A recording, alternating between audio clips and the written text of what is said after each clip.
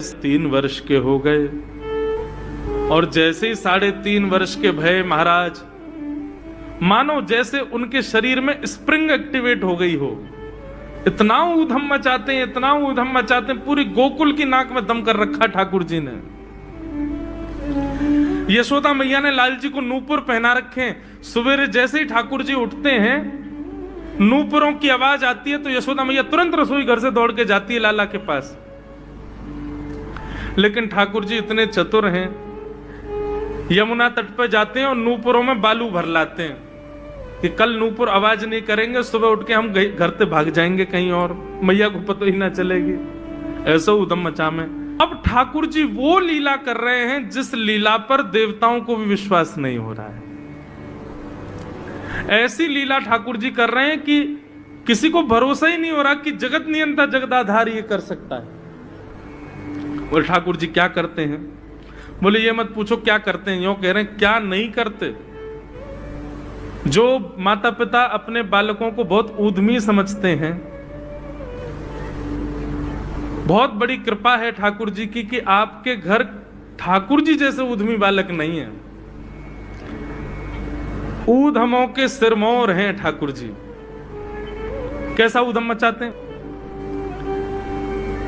नहा धो करके ठाकुर जी सवेरे तैयार होते हैं, सबसे पहले गैयाओं के पास जाते हैं। मैया कहवे लाला नहा धो के सबसे पहले गैयान को प्रणाम करवे जा, गैयान को स्पर्श कर फिर कछु करियो।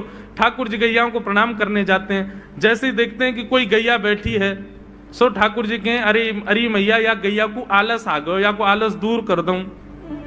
सो बैठी हुई गैया के ठाकुर जी सींग पकड़ लेते हैं और सींग पकड़ करके अपनी ओर खींचते हैं। दूसरी तरफ से सींग बलराम जी पकड़ लेते हैं। अब ऐसे सींग पकड़ करके ऐसे ऐसे गैया के सींग हिलाते हैं।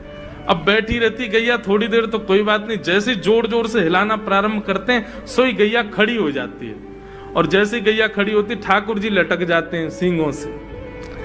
अब ठाकुर जी को तो बढ़िया झूला बन गया, गैया की सींगन पर झूल रहे हैं। थोड़ी देर तो गैया इधर से उधर ठाकुर जी को झुलाती रहती है, लेकिन थोड़ी देर बाद जैसे ही ठाकुर जी की पकड़ कमजोर होती है, गैया को पता चल जाए कि अब लाला गिरवे वार है।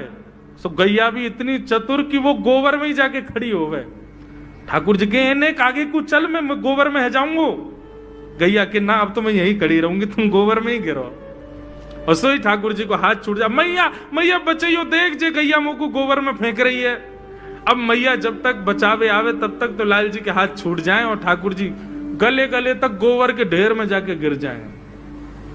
पर यशोदा मैया निकाले, कितनों सजाए लो, कितनों ए लाला तू वैसे ही कारो, ऊपर से मैं तो को बढ़िया सुंदर बना के रखूं, लेकिन तू घूम फिर के गोबर में ही आके चौं खेले। मोकू तो लगे तू पूर्व जन्म को सूकर दीख है।